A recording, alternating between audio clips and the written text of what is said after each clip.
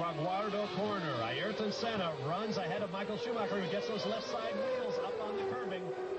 And you can clearly see how horsepower makes such a big difference here. Is that bodywork loose? Oh, big crash. Big Senna has gone off at a very, very quick part of the racetrack. Same place as Berger had that huge crash 2 years ago, or in '89. Look at this, look at Häkkinen. Häkkinen almost gets caught up. But Senna must have had a mechanical failure and has a huge crash, and he is still stationary and motionless in that racing car. That is the Tamburello corner, taking it close to 200 miles an hour. You're right, that's where Gerhard Berger went off and had that huge wreck. No motion from the yellow helmet of Ayrton Senna in the car. Nelson Piquet in a Williams had a mechanical failure here also several years ago and had a very, very big crash. There is no motion in that car. I don't know why the medical staff is not already there. There he is moving. He is moving. And we have a red flag. The race will be brought to a halt. Where is the medical staff? Why is there not a doctor there with Senna already? I don't understand this because Imola, the Ferrari circuit here in Imola, has a reputation as one of the best marshaled in all of Formula One.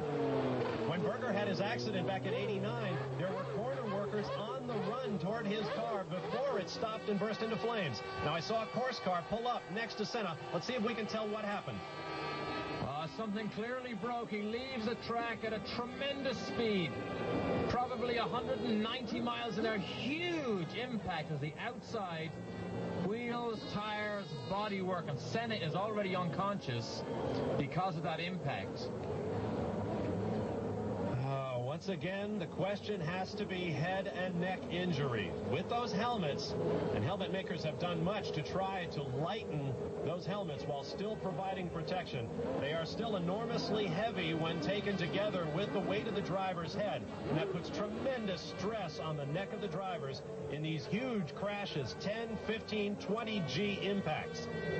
This is not a good sign here for Ayrton Senna. I was shocked how long it took the medical staff to get there. Remember, they are parked at the head of the pit lane, which is only 200 or 300 yards away, yet it took them so long to get there. Now, these impacts do cause major problems. Barrichello, actually, when the doctors got to him on Friday, there's Professor Sid Watkins in the red overalls leaning over, but Barrichello, in his crash on Friday, when the doctors got there, had actually swallowed his tongue and blocked his airway that the doctors recognized very quickly and were there to save very, very serious injury. Another very frightening moment. We'll take a timeout and return to tell you what we can learn about the condition of Ayrton Senna. Please stay with us. Back at a shocked Ferrari circuit in Imola, Italy, Bob Varsha and Derek Daly with you for the Grand Prix of San Marino, where the race has been stopped after just a handful of laps following our second major wreck of the day. This one involving three-time world champion Ayrton Senna. Let's take another look, Derek. Tamburello. Now there's something leaving black marks as Senna leaves the racetrack. He's already picked sixth gear right before he comes into picture and virtually had no braking, lost very little speed as he made that heavy, very heavy impact. That was what I was about to say. No sign of smoke from those tires at all. It appeared that the wheels were not being slowed. And virtually no steering on the car. He was well by his apex. Just at the side of your screen, you may have seen Schumacher entering the picture already well into his turn. A turn that Ayrton Senna, for some reason, did not make. We still have no word on Senna's condition at the moment. We'll take another timeout and return and tell you what we can learn about Ayrton Senna. Michael Schumacher takes over the lead. Stay with us. Back at Imola, Italy, Bob Varsha, Derek Daly, the Grand Prix of San Marino has been brought to a stop after 6 laps following a huge shunt involving 3-time world champion Ayrton Senna. Moments ago, we saw Gerhard Berger walking down the pit lane from left to right in your picture toward the medical center. The late Joe Siffert once said, when you take on this job driving a racing car, they give you a checkbook, and every time you have a big crash, you write a check to the angels. There is the medevac chopper. So Ayrton Senna will be airlifted from the racetrack.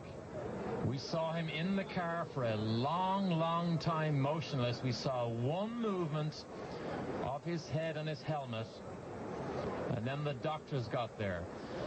It's difficult to understand and see what happened here in this accident, but if you look there at the still, we look at the front wings, we look at the rear wing and the front suspension. Everything is on that car.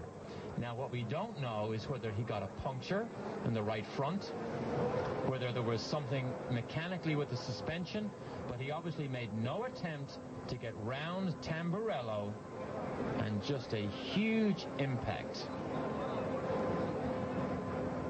I hate to say it, but that impact is very similar to the impact that Ratzenberger suffered yesterday during qualifying. It was a sideways impact into the concrete retaining wall. That impact, of course, throws the weight of the driver's head and helmet to the right or left, as the case may be, with tremendous force. There is the scene of the crash. Apparently, Ayrton Senna will not go to the medical center. The medevac chopper is right there on the racetrack at the scene of the accident. 34-year-old Ayrton Senna from Sao Paulo, Brazil, earning some $20 million a year plying his trade as a Formula One Grand Prix racing driver. Undoubtedly the most famous name in Formula One, or in racing, period, around the world. A man that you're shocked to see injured, or hopefully not seriously injured, when something like this happens. But this weekend seems to have shown on 3 different days now how vulnerable drivers can be and how potentially dangerous motor racing can be, because it seems to have gone a long time without serious injury at such a high-speed sport, and suddenly in 3 days, 3 different serious accidents, we have reminders. You just heard the sound of a racing car taking off. There is one of the LaRousse cars in red and white.